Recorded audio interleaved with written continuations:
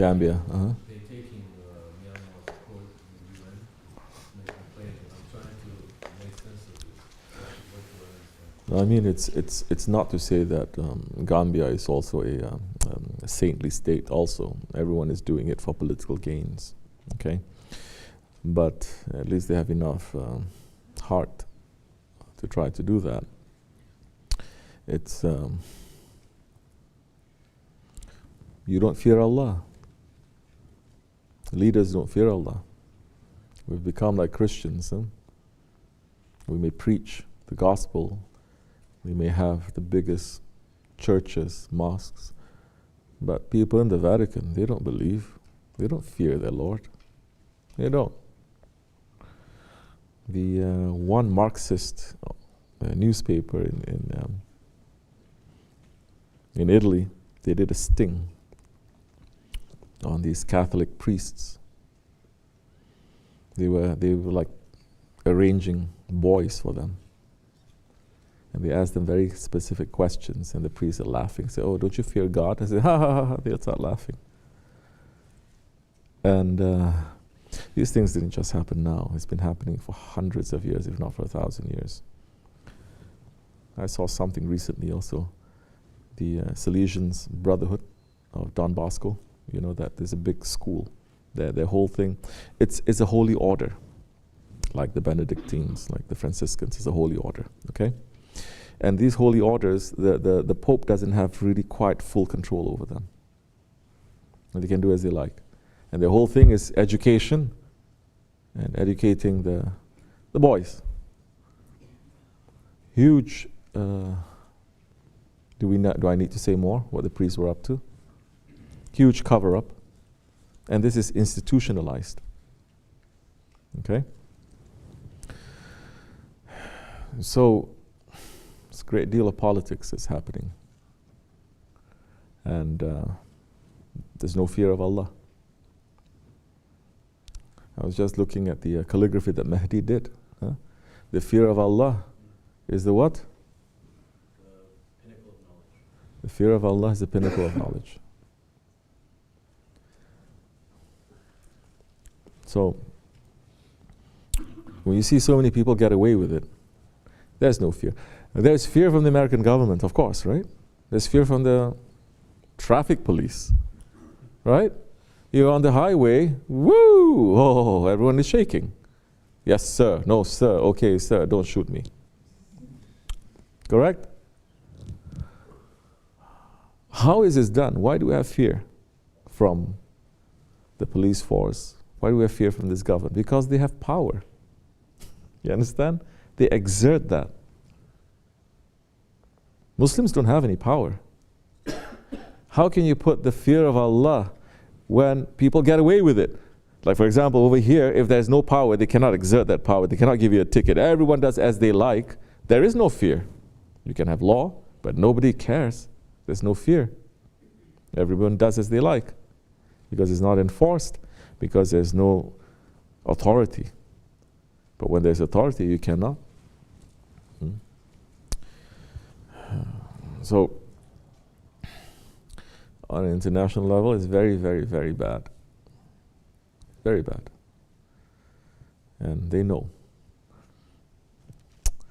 what's happening. But they say, we have our own national agenda also. It's okay if a couple of million Uyghurs or Rohingyas, they are killed, but next year no one's going to remember them, and we can push our own agenda forward. 60% of the wars in the world are Muslim lands, and 80% of the people killed in this world are Muslim. Yeah? Forget about Trump, huh? The last 3 presidents, the 2 Bushes and Obama, they killed over, I believe the figure is 11 million. No, it's more than that. Muslims. Okay? And we're blaming this guy. Okay, he's bad, but why we're not like believers are not awake to understand the tricks of shaitan, the tricks of dunya, the tricks of nafs, you understand? This is what tariqat is concentrating on, to understand the tricks of shaitan. So, what's happening? Astaghfirullah. It's very bad. What we can do.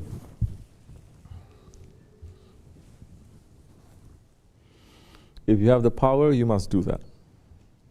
If you have the tongue, you must say. If you cannot change it with your hands, change it with your tongue. Prophet ﷺ is saying, if you cannot speak up at least about it, change it in your heart, but to know that that is the lowest level of faith. It is. But Muslims are not believing in du'as anyway.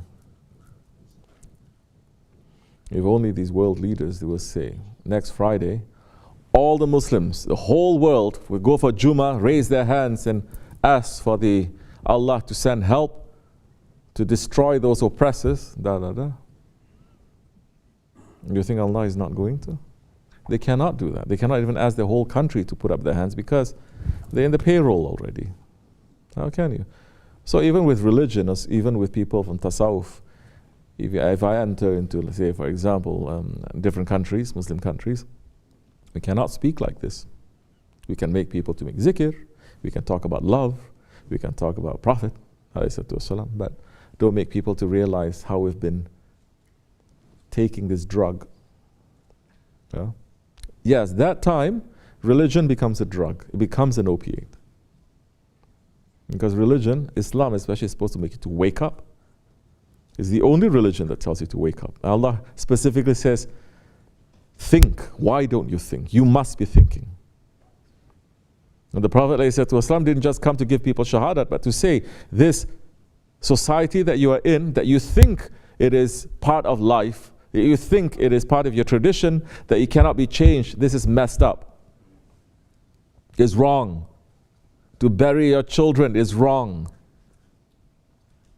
Okay? To bow down in front of the Zalim rulers, it is wrong. Taking all the teachings of the earlier prophets and changing it, perverting it, it is wrong. Let's speak a little bit openly. With the women in Mecca and Medina at that time, they were covering their head, but they were not covering anything else. And they were going around making tawaf. That was first Jahiliyyah. Understand the pain of the second Jahiliyyah now. It's pretty bad. So anyway,